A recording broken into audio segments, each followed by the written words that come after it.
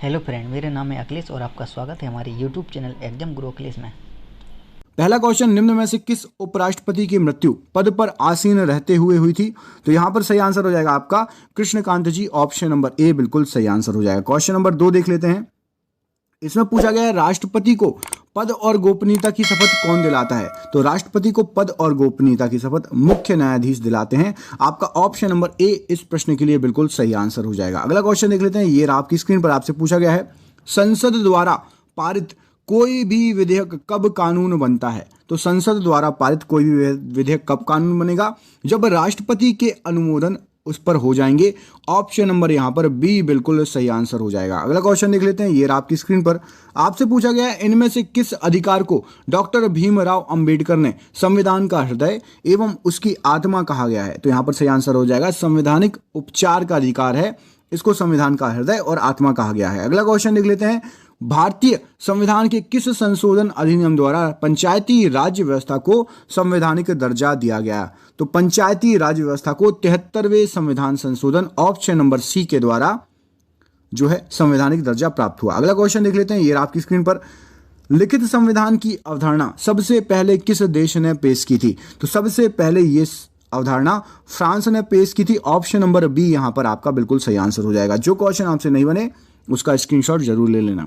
भारत में वित्त आयोग के गठन का प्रावधान संविधान के किस अनुच्छेद में वर्णित है? तो यहां पर सही आंसर हो जाएगा अनुच्छेद 280 में। ऑप्शन नंबर बी बिल्कुल सही आंसर हो जाएगा। मौलिक अधिकारों में संशोधन करने में कौन सक्षम है? तो मौलिक अधिकार में संशोधन कर सकता है केवल संसद। ऑप्शन नंबर डी यहां पर राइट आंसर हो जाएगा। अगला क्वेश्चन देख लीजिए।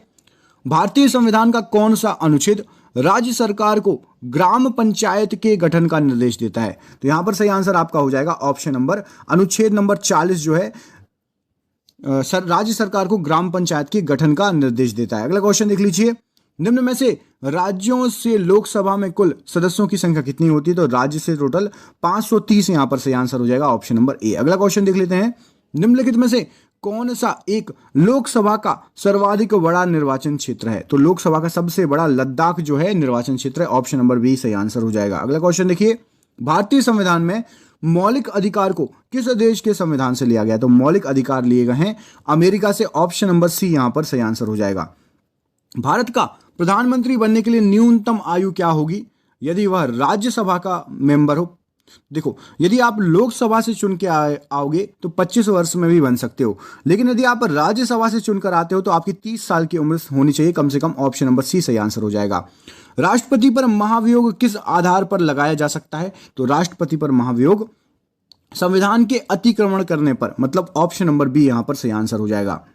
भारतीय राष्ट्रपति के द्वारा लोकसभा में आंग्ल भारतीय समुदाय के कितने सदस्यों को मनोनीत किया जाता है? ये क्वेश्चन अब अपडेट हो गया है, लेकिन पुराने समय के हिसाब से 2 आंसर सही था। अगला क्वेश्चन देखिए। निम्न में से राज्यपाल अपना त्यागपत्र किसे सौंपता है? तो सही आंसर है राज्यपाल को त्यागपत्र सौंपना है तो राष्ट्रपति को सौंपेगा राज्यपाल अपना त्यागपत्र।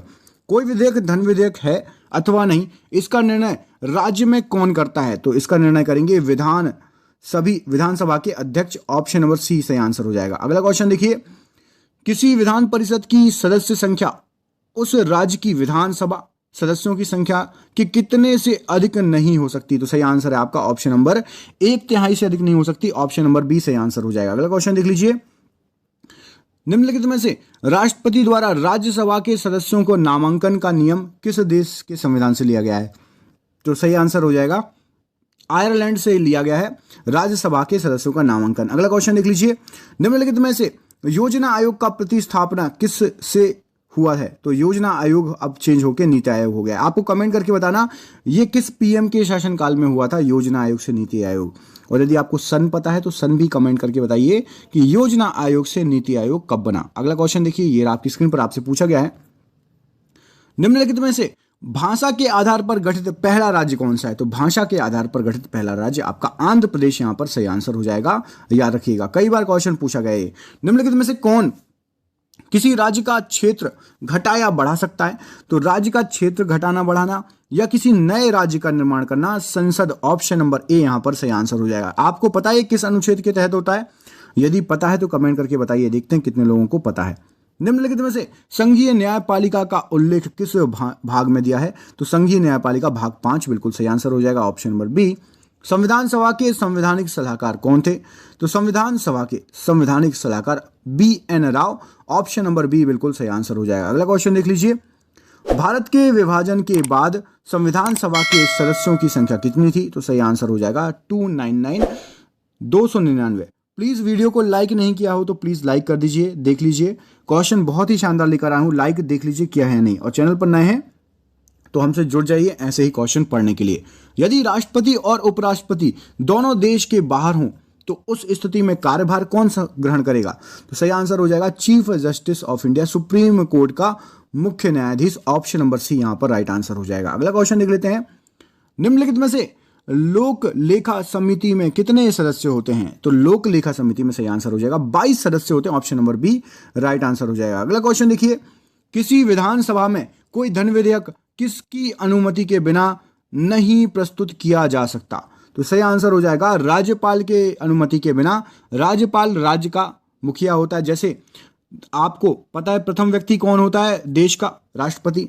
राज्यपाल जो है जब तक अनुमति नहीं देगा आप धन विधेयक की जो है प्रस्तुति नहीं कर सकते। किसी निम्न में से मौलिक अधिकारों में संशोधन करने का में सक्षम कौन है? मौलिक अधिकार में केवल संसद जो है सक्षम है संशोधन करने में। संविधान के प्रथम अनुच्छेद के अनुसार भारत है, तो भारत है ऑप्शन नंबर राज्यों का संघ, सी बिल्कुल सही आंसर हो जाएगा। अगला क्वेश्चन देखिए, अविश्वास प्रस्ताव किस सदन में लाया जाता है? तो अविश्वास प्रस्ताव लोकसभा में लाया जाता है, ऑप्शन नंबर बी बिल्कुल सही आंसर हो जाएगा। अगला क्वेश्चन देख लेते हैं, निम्नलिखित में से कैबिनेट समिति का क्या अर्थ है? तो कैबिनेट समिति क्या होती है? एक अतिरिक्त संवैधानिक संस्था होती है। यहां पर सही आंसर हो जाएगा आपका ऑप्शन नंबर बी। अगला क्वेश्चन देखिए, ये आपकी स्क्रीन पर आपसे पूछा गया है, निम्न में से कौन भारत के संविधान की कोई विशेषता नहीं है? तो भारत के संविधान की दोहरी नागरिकता नहीं है, एकल नागरिकता है भारत में, है ना। बाकी एकीकृत न्यायपालिका है, आपातकालीन प्रावधान भी हमारे संविधान में, और मौलिक कर्तव्य भी है हमारे संविधान में। राज्य लोक सेवा आयोग के सदस्यों को निकालने के लिए कौन जिम्मेदार है? तो सही आंसर क्या हो जाएगा? यहां पर सही आंसर है राष्ट्रपति केवल कर सकता है ये चीज। अगला क्वेश्चन, राज्य विधानसभा द्वारा पारित एक साधारण विधेयक अधिकतम अवधि के लिए विधान परिषद द्वारा विलंबित हो सकता है कितने महीने? तो ज्यादा से ज्यादा 4 महीने के लिए विलंबित हो सकता है। सामूहिक जिम्मेदारी से मंत्रिपरिषद सामूहिक रूप से जिम्मेदार है किसके प्रति? तो मंत्रिपरिषद लोकसभा के प्रति सामूहिक रूप से जिम्मेदार है, याद रखना। अगला क्वेश्चन, निर्विरोध चुने जाने वाले एकमात्र राष्ट्रपति कौन थे? तो सही आंसर हो जाएगा नीलम संजीव रेड्डी, बिल्कुल राइट आंसर हो जाएगा। राष्ट्रपति पद के उम्मीदवारों को चुनाव प्रचार के लिए कितना समय दिया जाता है? तो 2 सप्ताह मिलते हैं, 14 दिन मिलते हैं। राष्ट्रपति बनना है तो चुनाव प्रचार के लिए। निम्नलिखित में से कौन सी एक वह मूल आधारिका है जिससे भारतीय संविधान विकसित हुआ है? तो भारतीय संविधान GOI 1935 बोलते हैं। GOI को फुल फॉर्म होता है government of India act, Hindi में भारत शासन अधिनियम बोला जाता है। अगला क्वेश्चन, ये आपकी स्क्रीन पर, संविधान के किस भाग में नीति निर्देशक तत्वों का उल्लेख है? तो उस भाग नंबर 4 में नीति निर्देशक तत्वों का उल्लेख है। ये क्वेश्चन आपसे कई बार एग्जाम में पूछा गया है, और ये रहे आपके पूरे 40 क्वेश्चन। अब तो